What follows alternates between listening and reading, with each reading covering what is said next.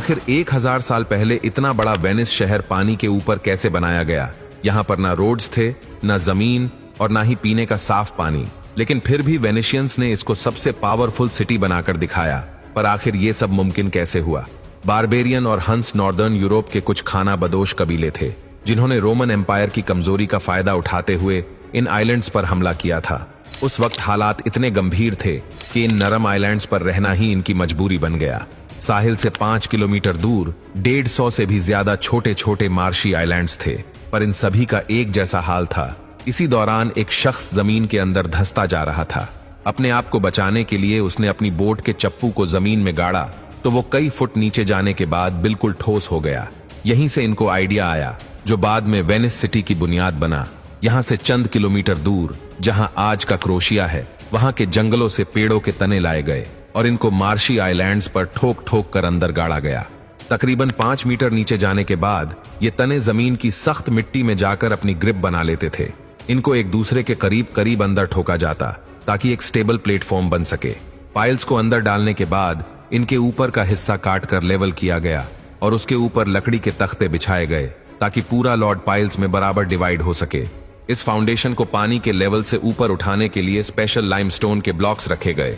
ऊपर पत्थरों का लॉर्ड और नीचे 5 मीटर लंबे वुडन पाइल्स। ये सिंपल कॉम्बिनेशन एक मजबूत फाउंडेशन बनाने के लिए काफी था। लकड़ी के तने जो अब पानी के अंदर थे वो फुलकर एक दूसरे में टाइट हो गए और इनके बीच हवा गुजरने की जगह भी नहीं बची। यही वजह है कि वेनिस में जो पाइल्स करीब 1000 साल पहले गाड़े गए थे वो आज तक परफेक्ट कंडीशन में शहर का वजन झेले हुए हैं। फाउंडेशन डालने के बाद इसके ऊपर बिल्डिंग्स बनाने का काम शुरू किया गया। वेनेशियंस ने ईंटों से अपने घर बनाए। बिल्डिंग्स को हल्का रखने के लिए घर 3 स्टोरी से ज्यादा बड़े नहीं रखे जाते थे। ईंटों के बीच में लाइमस्टोन के पाउडर से बनाया गया स्पेशल गारा डाला जाता ताकि मजबूती के साथ साथ दीवारें फ्लेक्सिबल भी रहे। फ्लोर्स और अंदर की दीवारें लकड़ी के तख्तों से बनाई गई जिनको बाहर से लोहे की रॉड्स डालकर होल्ड किया जाता। ये आइडिया वेनेशियंस में काफी फेमस हो गया और देखते ही देखते इसी तरीके से आइलैंड्स घरों से भरते गए। वेनिस सिटी में अब सबसे ज्यादा जरूरत इन आइलैंड्स को आपस में कनेक्ट करने की थी। पहले 500 सालों तक ये आइलैंड्स आपस में कनेक्टेड नहीं थे, लेकिन जब आबादी काफी बढ़ गई और कारोबार भी ज्यादा होने लगा तो यहाँ का बिजनेस हब, जिसे रियाल्टो कहा जाता है, इसे कनेक्ट करने के लिए यहाँ वेनिस का सबसे पहला स्टोन ब्रिज बनाने का फैसला लिया गया। इसको बनाने के लिए उसी तरीके का सहारा लिया गया जिसकी मदद से यहाँ हजारों घर बने थे। 12,000 से ज्यादा वुडन पाइल्स नहर के किनारे पर लगाई गई और उनके ऊपर 10,000 टन वजनी पत्थर का आर्च ब्रिज कंस्ट्रक्ट किया गया। ये ब्रिज इतना कामयाब हुआ कि पूरे वेनिस में इसी तरीके से पत्थर से बने ब्रिज बनाए जाने लगे। आज भी ये ब्रिज उसी मजबूती से खड़े लोगों का वजन बर्दाश्त कर रहे हैं। यहाँ पैदल चलने वालों का रास्ता कैनाल्स में चलने वाली बोट से बिल्कुल अलग है और सबसे बड़ा फायदा ये है कि कैनाल से कोई कहीं भी उतरकर जल्दी से अपने घर तक पहुंच सकता है। देखते ही देखते वेनिस यूरोप का सबसे ताकतवर और अमीर शहर बन गया और इसकी सबसे बड़ी वजह इसकी लोकेशन थी। मैप में देखा जाए तो ये है एड्रियाटिक सी, जिसके एंड में वेनिस है और ये समंदर सीधा मेडिटेरेनियन सी में जाकर मिलता है और मेडिटेरेनियन सी अफ्रीका, यूरोप और मिडिल ईस्ट तीनों से कनेक्टेड है। आज भी गुड्स ट्रांसपोर्ट का सबसे आसान और सस्ता तरीका समुद्री रास्ता माना जाता है, यानी शिप्स आसानी से एड्रियाटिक सी के आखिर तक आ सकती थी, जहां पर आज वेनिस मौजूद है। और वेस्टर्न यूरोप से ईस्ट यूरोप तक गुड्स भेजने के लिए सस्ती कार्गो शिप्स भी वेनिस से ही मिल जाती थी। इसी बिजनेस एक्टिविटी की वजह से वेनेशियंस काफी मालदार हो गए। ये देखते हुए आसपास के देश के लोग भी वेनिस में बसने लगे और देखते ही देखते यहाँ की आबादी काफी बढ़ गई। अब वेनिस में पीने के पानी की डिमांड हद से ज्यादा बढ़ गई। बेशक वेनिस चारों तरफ पानी से घिरा हुआ है, लेकिन ये समंदर का नमकीन पानी है जिसे पिया नहीं जा सकता। वेनिस में पीने का पानी मेनलैंड से ड्रम्स में भर भर के कश्तियों में लाद कर लाया जाता था, लेकिन जब यहाँ की पॉपुलेशन 1,70,000 हुई तो पानी की किल्लत होने लगी। इसके लिए वेनिस में ही आइलैंड्स के चंद हिस्से ऐसे थे जहां कंस्ट्रक्शन नहीं हुई थी। उन आइलैंड्स पे बारिश के पानी को जमा करने के लिए गहरा गड्ढा खोदा गया और उसकी दीवारों को मिट्टी और गारे से वाटरप्रूफ बनाया गया।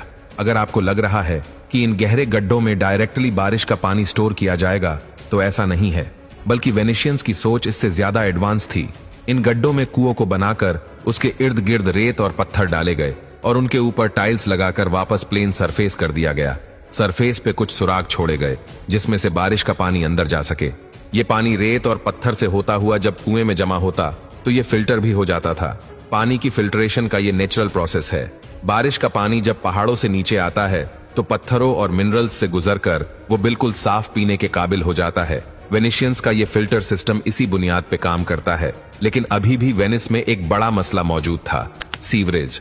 नॉर्मली शहरों में अंडरग्राउंड सीवरेज लाइंस बिछाई जाती है जो वेस्ट को शहर से दूर लेकर जाती है, लेकिन वेनिस में ग्राउंड ही नहीं है तो सीवरेज लाइन कहां बिछाई जाएंगी। 16वीं सेंचुरी में वेनिशियंस ने घरों से वेस्ट कलेक्शन के लिए नालियां बनाई जिनकी मदद से वेस्ट सीधा कैनाल्स में जाकर गिरता था। ये नालियां कैनाल के नॉर्मल लेवल से ऊपर रखी गई जिसकी वजह से नालियों का लिक्विड वेस्ट उसी वक्त कैनाल्स में गिर जाता था, लेकिन सॉलिड वेस्ट वहीं नाली में रह जाता था। फिर हाई टाइड के वक्त जब कैनाल्स का लेवल बढ़ता तो पानी नालियों के अंदर मौजूद सॉलिड वेस्ट को कैनाल्स में खींच लेता था। समंदर में दिन में 2 बार हाई टाइड आती है और ऐसे दिन में 2 बार नालियां खुद साफ हो जाती थीं। हाई और लो टाइड्स की वजह से दिन में 2 बार समंदर का पानी वेनिस के कैनाल में दाखिल होता और पोल्यूटेड पानी की जगह ले लेता। ऐसे न सिर्फ घरों की नालियां बल्कि वेनिस के कैनाल्स भी साफ रहते। और क्योंकि ये सोल्ट वाटर है जो कि डिसइंफेक्टेंट के तौर पे भी काम करता है, आज भी वेनिस में यही सीवरेज सिस्टम काम कर रहा है। हैरत अंगेज तौर पे 1000 साल पहले जिस इंजीनियरिंग की बदौलत वेनिस को बनाया गया था वो आज तक काम कर रही है। बिल्डिंग फाउंडेशंस, कैनाल्स, ब्रिजेस और सीवरेज सिस्टम। ये दुनिया का इकलौता ऐसा शहर है जहां ना गाड़ियां हैं ना मोटर बाइक्स। हर साल वेनिस को 60 लाख लोग विजिट करते हैं, लेकिन अभी यहाँ की लोकल पॉपुलेशन 50,000 से भी कम है।